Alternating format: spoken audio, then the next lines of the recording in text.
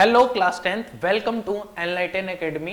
Class 10th आपकी जो PYQs की सीरीज जो हमारी तरफ से स्टार्ट की गई है, उसमें हम इको जो था वो हमने पहला सब्जेक्ट उठाया था। इको के हमने पहला और दूसरा चैप्टर ऑलरेडी करा चुके हैं और आपका जो तीसरा चैप्टर है मनी एंड क्रेडिट, वो आज हम स्टार्ट करने जा रहे हैं। पैटर्न आपको मैंने फर्स्ट डे ही बता दिया था कि पैटर्न इस तरीके से होगा कि कुछ क्वेश्चन जो है हम आपको स्मार्ट बोर्ड पे समझा देंगे और बाकी जो क्वेश्चन है वो PDF की फॉर्म में आपको डिस्क्रिप्शन बॉक्स में आपको मिल जाएगा। ठीक है, तो टाइम ना वेस्ट करते हुए हम स्टार्ट करते हैं अपना। आपका जो पहला क्वेश्चन है वो है the currency notes on behalf of central government are issued by whom. मतलब गवर्नमेंट के बिहाफ पे जो करेंसी इशू करने का जिम्मा है वो किसके ऊपर है?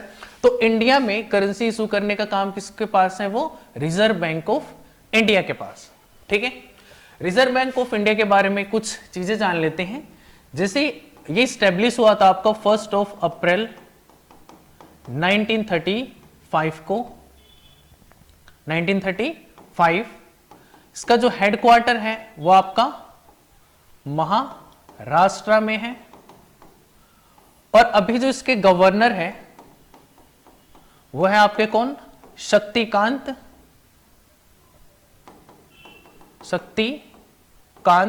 दास।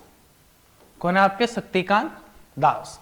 तो ये कुछ बेसिक इंफॉर्मेशन थी रिजर्व बैंक ऑफ इंडिया के बारे में। आगे देखते हैं, why do bank ask for collateral while giving credit to the borrowers. यह कि बैंक जब किसी पर्सन को या किसी ऑर्गेनाइजेशन को, कंपनी को लोन प्रोवाइड करता है तो बदले में वो कोलैटरल क्यों रखता है अपने पास? ये कोलैटरल की डिमांड क्यों करता है? कोलैटरल का बेसिक सा मतलब अगर आप देखो तो हिंदी में कहते हैं इसे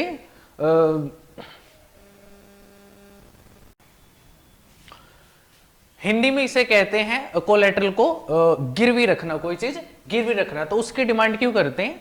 तो बेसिकली इसमें यह होता है कि कोलैटरल इसलिए बैंक अपने पास रखता है, सिक्योरिटी के रूप में रखता है इन केस जो बोरोवर है वो लोन की जो रकम है वो पे करने में असमर्थ हो पाता है या वो नहीं कर पाता है वापस पेमेंट बैंक को। तो इस कंडीशन में जो बैंक है वो जो कोलैटरल जमा किया था उससे वो अपनी भरपाई कर लेगा। ठीक है, तो इसलिए लेता है collateral is a asset that the borrower owns. जैसे वो लैंड भी हो सकता है, बिल्डिंग हो सकती है, व्हीकल होता है, लाइव स्टॉक्स होता है, आपका लैंड के डॉक्यूमेंट होते हैं जो मतलब FD वगैरह होती है आपकी, जो डिपॉजिट विद बैंक होता है। ठीक है, which stand as a security against the money borrower. ठीक है, in case the borrower fail to repay the loan, the lender has the right to sell the asset of collateral. ठीक है, तो उससे वो अपनी भरपाई कर लेगा। ठीक है, नेक्स्ट क्वेश्चन है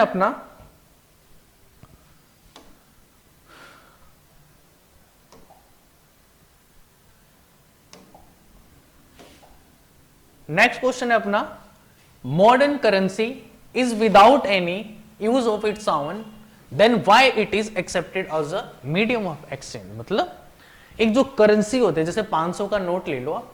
500 का नोट क्या है? एक सिंपल आपका कागज ही तो है वो, बट उसकी वैल्यू तब बढ़ जाती है जब उसे कोई ऑथोराइज्ड जो आपकी एजेंसी है वो प्रिंट करती है, क्योंकि उसमें वाटर मार्क और काफी सारी ऐसी चीजें होती हैं जो उसे यूनिक बना देता है। ये तो सिंपल से वो कागज है।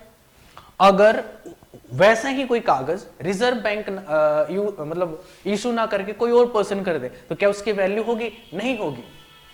बट इसलिए उसकी वैल्यू बढ़ जाती है क्योंकि उसे इशू कौन करता है? रिजर्व बैंक ऑफ इंडिया या फिर कोई भी ऑथराइज्ड बॉडी, मतलब किसी भी कंट्री की जो आपकी ऑथराइज्ड बॉडी होती है। ठीक है, तो मतलब उस करेंसी की, उस कागज की कोई वैल्यू नहीं होती, बट ये देखा जाता है कि उसको इशू किसने किया, तब उसकी वैल्यू बढ़ जाती है। ठीक है, तो modern currency is accepted as a medium of exchange because it is certified for a particular denomination, जैसे 10 का हो सकता है, 100 का हो सकता है, of the country by authorities set up by the central government. ठीक है, it is issued by the Reserve Bank of India and it can be used for buying any commodity which is on sale. It is authorized by the government of the country. Clear? कि उस कागज की value नहीं है, उसको जिसने print किया है उसके बाद उसकी वैल्यू बढ़ जाती है। ठीक है, का नेक्स्ट क्वेश्चन है what is the meaning of barter system. Basically ये पहले के टाइम में यूज होता था और कहीं कहीं गांव साइड में अभी भी यूज होता है। इसमें क्या होता है, कोई इसमें मीडियम नहीं होता, मीडियम ऑफ एक्सचेंज नहीं होता। इसमें हम क्या कहते हैं, कमोडिटी को हम एक्सचेंज कर देते हैं। मतलब कोई भी गुड्स हो गया, कोई भी सामान हो गया, उसको हम एक्सचेंज कर लेते हैं। जैसे कि ये यहाँ पे एग्जांपल दिया हुआ है आपका कि एक फार्मर है, उसे अगर वो धोती लेने जाना है या फिर पेयर ऑफ शूज लेने जाना है कॉबलर के पास, तो क्या करेगा, बदले में वो उसे राशन देगा। किसान जो उसे बदले में क्या देगा, कुछ राशन देगा, अनाज देगा, ग्रेन्स देगा, और उससे बदले में आप चाहे तो धोती, चाहे मतलब जो उसे खरीदना वो खरीद सकता है। मतलब सामान के बदले में सामान दिया जाएगा। क्लियर ये चीज? तो वही बताया गया है कि barter system refer to the system of exchange of goods and services. It is the system by which one commodity is exchanged for the other without the use of money. इसमें कोई मनी का use नहीं होता। Before money was introduced, people practice barter system. Clear है भी चीज कि सामान के बदले सामान का एक्सचेंज। नेक्स्ट क्वेश्चन क्या है आपका, What is meant by double coincidence of bonds? ये आपका बार्टर सिस्टम के लिए यूज होता है। ठीक है, मतलब आप ये सोचो कि पहले के जमाने में जो पहले के टाइम में चीजें होती थी उसको थोड़ी सी माइंड में लेकर और फिर सोचो थोड़ी सी कि मान के चलो मुझे कोई सामान मुझे कुछ सामान चाहिए। ठीक है, तो बदले में और उस टाइम तो मनी होता नहीं था, तो जो मुझे सामान चाहिए वो मैं देखूंगा किस पर्सन के पास है, और जो वो पर्सन है उसे भी तो कोई सामान चाहिए होगा, तो वो भी देखेगा किस पर्सन के पास है। ठीक है, तो इसमें आपका डबल कोइंसिडेंस होना जरूरी है कि जो मेरे पास है वो उस पर्सन को चाहिए और जो उस पर्सन के पास है वो मुझे चाहिए, तब हम आपस में क्या कर लेंगे, एक्सचेंज कर लेंगे। तो इसे ही बोलते हैं डबल कोइंसिडेंस। क्या बोलते हैं इसे, डबल कोइंसिडेंस। तो double coincidence of wants mean when both party have agreed to sell and buy each others commodities. Clear? आगे आता question 6, how do the deposits with banks become their source of income. इसको मैं आपको समझाता हूं। देखो bank किस तरीके से काम करता है। बैंक में हम क्या करते हैं, अपनी जो सरप्लस अमाउंट होता है हमारे पास, जो एक्स्ट्रा होता है हमारे पास, वो हम ले जाकर बैंक में डिपॉजिट कर देते हैं, जमा कर देते हैं। ठीक है, सेविंग के लिए। अब उस सेविंग मनी का बैंक जो है वो आगे लोन देने के लिए यूज करती है। अब जो हम डिपॉजिट जमा करते हैं बदले में बैंक एक तो हमें सिक्योरिटी प्रोवाइड करती है, दूसरा हमें कुछ इंटरेस्ट प्रोवाइड करती है। 5% का 4 बैंक टू बैंक आपका वेरी करता रहता है आपका, तो 2, 4, 5 जो भी % होता होगा। लेकिन अब क्या हुआ, ठीक है कि हमने डिपॉजिट किया, बदले में हमें कुछ इंटरेस्ट मिल गया। ठीक है, जो हमने जमा किया था उसका। अब उस पैसे का बैंक जो है वो अदर पर्सन को लोन देने का काम करेगी। लोन देने के में क्या करेगी, जिस पर्सन को वो लोन देगी उससे वो 8-9%, 10% का इंटरेस्ट उस पर्सन से लेगी।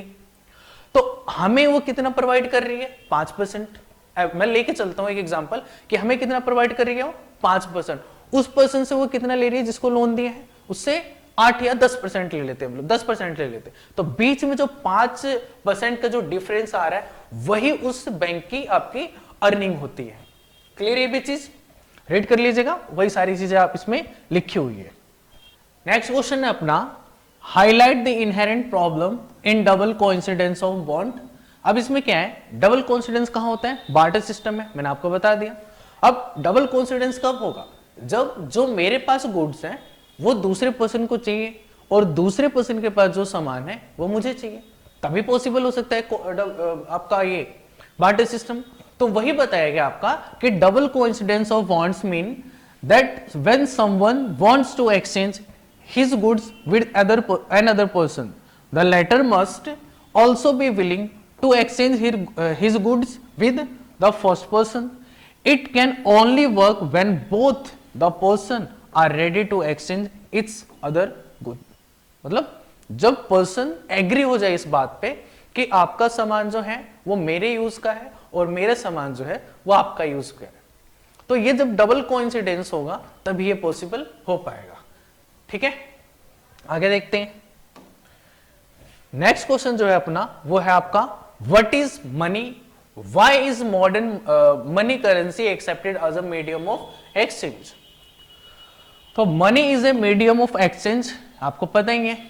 इन transactions a person holding money can easily exchange it for any commodity or service that he or she might want. ठीक है, एक जो मनी होता है वो आपका, वो मीडियम ऑफ एक्सचेंज का काम करता है कि अगर मुझे कोई सामान चाहिए तो मैं वो डबल कोइंसिडेंस वाला सीन नहीं देखूंगा। मैं क्या, मेरे पास मनी है, मैं ले जाकर उसको मनी पे कर, मतलब सामान पैसा दे दूंगा और जो सामान चाहिए मैं वहां से परचेज कर लूंगा।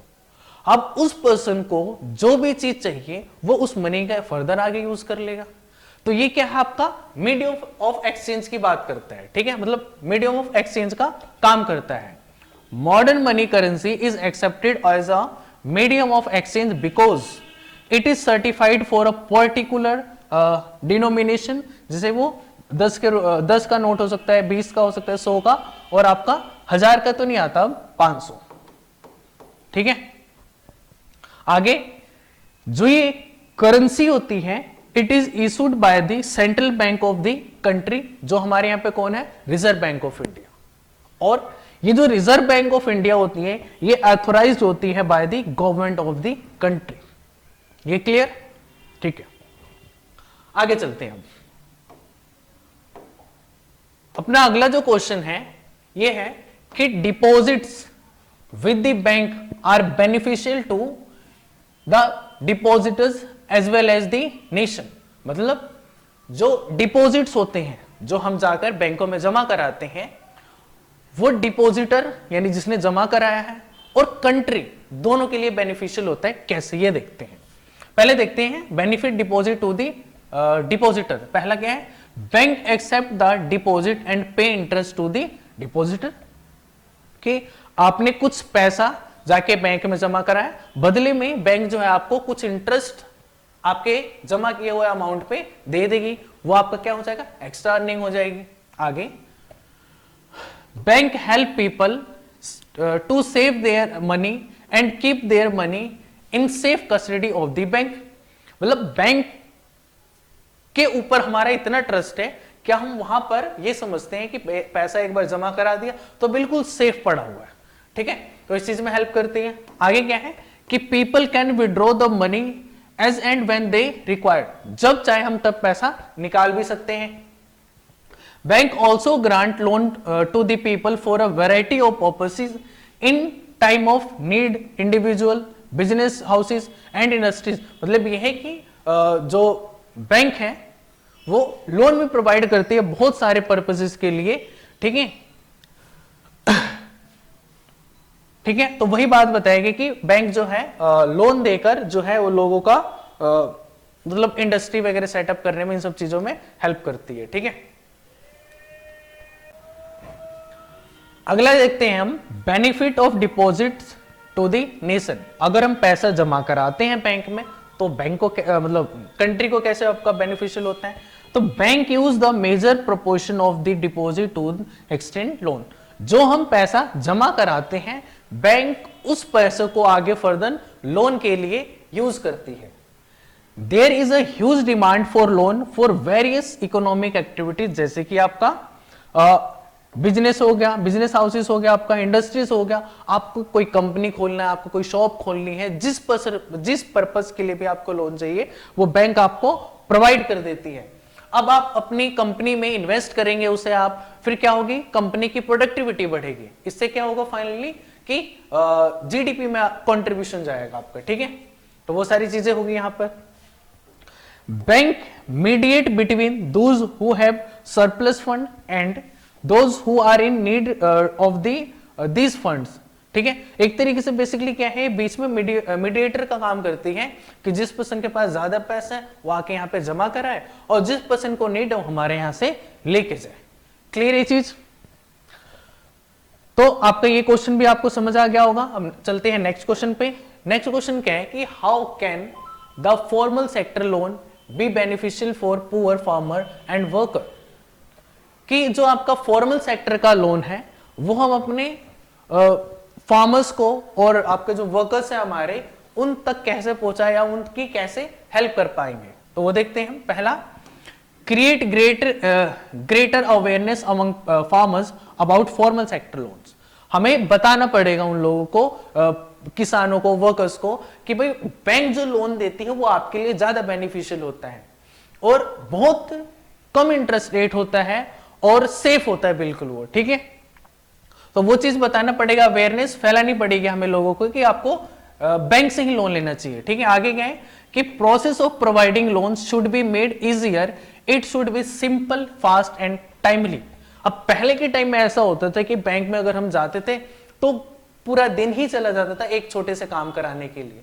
तो इसलिए बात है कि जो प्रोसेस है वो बहुत ज्यादा सिंपल होना चाहिए, इजी होना चाहिए और फास्ट और बहुत मतलब कम टाइम में हो जाना चाहिए जिससे प्रोसेस आसान हो, ठीक है। आगे कि more number of nationalised bank, corporated bank should be opened in rural sector. Bank and cooperative should increase facility of providing loans so that the dependence on informal source of credit reduce, ठीक है। तो जो आपके nationalised bank है और cooperative bank है, इनको अपनी सर्विसेज और बढ़ानी चाहिए जिससे हर पर्सन की वहां तक रीच हो पाए, ताकि जो डिपेंडेंसी है आपकी इनफॉर्मल सोर्सेज पे, ठीक है, वो वहां से कम हो। आगे क्या है कि the benefits of loan should be extended to poor farmer and small scale industries. जो ये बेनिफिट है आपका वो स्मॉल फार्मर और स्मॉल स्केल जो इंडस्ट्रीज वाले लोग हैं वहां तक आपकी पहुंचनी चाहिए, ठीक है। While formal sector loan need to expand, it is also necessary that everyone receive this loan. This is important that formal credit is contributed more equally so that the poor can benefit from cheaper loans. While formal sector loan need to expand, it is also necessary that everyone receive these loans.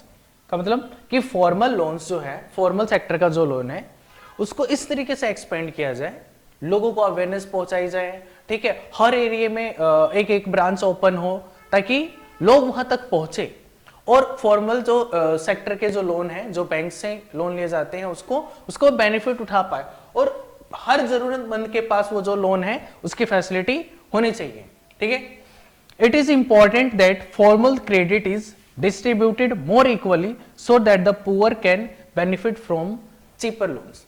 वही कि equally distribute होना चाहिए, जो loan का amount है जो bank loan देती है वो सब को दे, मतलब जितने भी जरूरतमंद लोग हैं उन सब तक वो बड़ी प्यार से पहुंच पाए, ठीक है।